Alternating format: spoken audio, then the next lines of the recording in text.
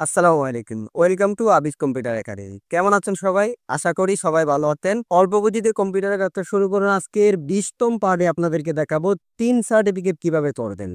মাত্র কয়েক মিনিটে কিভাবে একটি ৩ সার্টিফিকেট সেটি কিভাবে করবেন আজকের ভিডিওতে দেখাবো। তো ভিডিওটি কেউ স্কিপ না করে পুরো ভিডিওটি দেখার চেষ্টা করবেন। যারা এখনো আমাদের চ্যানেলটি সাবস্ক্রাইব করেনি প্লিজ চ্যানেলটি সাবস্ক্রাইব করে বেল বাটনটি বাজিয়ে দিবেন। তো কথা না বাড়িয়ে চলুন আজকের ভিডিওটি শুরু করি। প্রথমে আপনারা ব্রাউজারে আসবেন। আসার পরে এখানে লিখবেন ৩ সার্টিফিকেট। লিখার পরে প্রথম ওয়েবসাইটটিতে ক্লিক করবেন। এরপর রেজিস্টারে ক্লিক করবেন। ক্লিক করে আপনি একটি ইউজার নেম দিবেন এখানে। এনআইডি থেকে নাম দিয়ে তারপরে আপনারা কিছু সংখ্যা অ্যাড করে দিবেন। এখানে আমি একটা ইউজার নেম দিছি।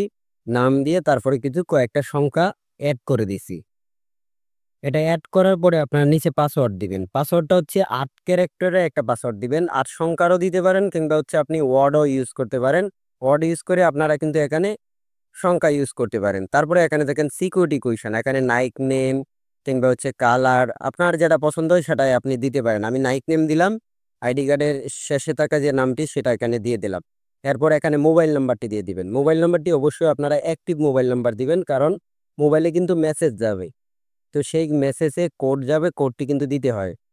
তারপরে আপনারা এখানে একটি ইমেল অ্যাড্রেস ব্যবহার করবেন। ইমেল অ্যাড্রেস দিয়ে দিবেন। এরপর নিচের দিকে ক্যাপচাটা দিবেন। যে ক্যাপচাটা থাকবে সেই ক্যাপচাটা মিলিয়ে আপনারা রেজিস্টারে ক্লিক করবেন। ক্লিক করার পরে দেখেন মোবাইলে কিন্তু একটা কোড গেছে, সেই কোডটা এনে এখানে বসিয়ে দিয়ে অ্যাক্টিভে ক্লিক করবেন। তো আমি কোডটা আনবো।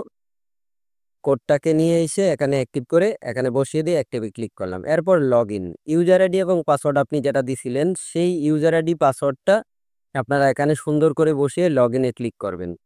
ক্লিক করার পরে আপনার নিচের দিকে আসবেন। আসার পরে এখানে দেখেন ফর রেজিস্ট্রেশন, এখানে চেকে ক্লিক করবেন। ক্লিক করার পরে এখান থেকে আপনারা প্রথমটাই সিলেক্ট করবেন। এখানে ইন্ডিভিজুয়াল বাংলাদেশি দিবেন। এরপরে নিচের দিকে এখানে হবে এনআইডি দিবেন। এরপর এখান থেকে লোকেশন ঢাকা দিয়ে দিবেন, বা আপনার যে জেলা আছে সেই জেলাটা দিয়ে দিবেন।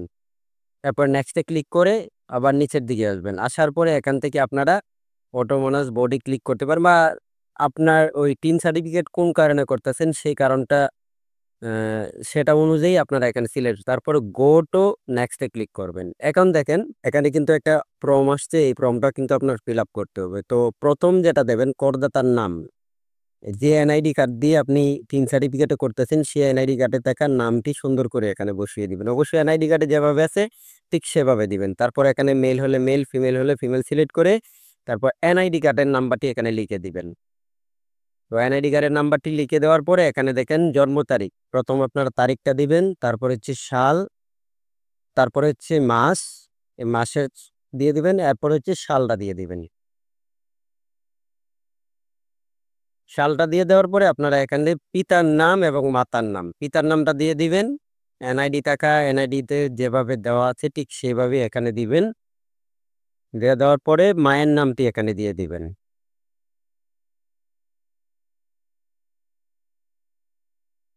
মায়ের নামটি দিয়ে দেওয়ার পরে আপনারা নিচের দিকে আসবেন। নিচে আসার পরে এই যে যতগুলো স্টার চিহ্ন আছে এগুলা কিন্তু আপনার ফিল আপ করতেই হবে। আর স্টার ছাড়া ব্যতীত ওইগুলো আপনার না দিলেও চলবে। তারপরে প্রেজেন্ট অ্যাড্রেস এবং পার্মানেন্ট অ্যাড্রেস। আপনারা বর্তমান ঠিকানা এবং স্থায়ী ঠিকানা, বর্তমান ঠিকানার ক্ষেত্রে মনে করেন যে ধরুন কারো বাড়ি কোনো একটা জেলায় কিন্তু ঢাকার থেকে সে ৩ সার্টিফিকেট করতেছে, তাহলে বর্তমান ঠিকানা কিন্তু ঢাকার যেটা আছে সেটাই দিয়ে দেবেন। আর বর্তমান এবং স্থায়ী ঠিকানা যদি নিজের জেলা থেকে করে তাহলে কিন্তু বর্তমান ঠিকানা এবং স্থায়ী ঠিকানা ভোটার আইডি কার্ডে যেভাবে দেওয়া আছে সেভাবে দিয়ে দিবেন। তারপরে এখান থেকে আপনার প্রথম গ্রামের নামটা সিলেক্ট করবেন। প্রথম গ্রাম দিবেন। দেখেন আমি গ্রামের নামটা দিয়ে দিচ্ছি।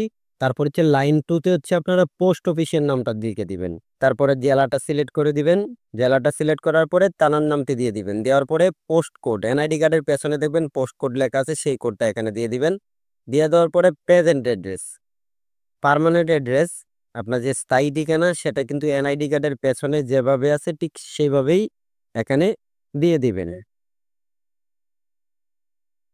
প্রথমে গ্রামের নাম দিবেন।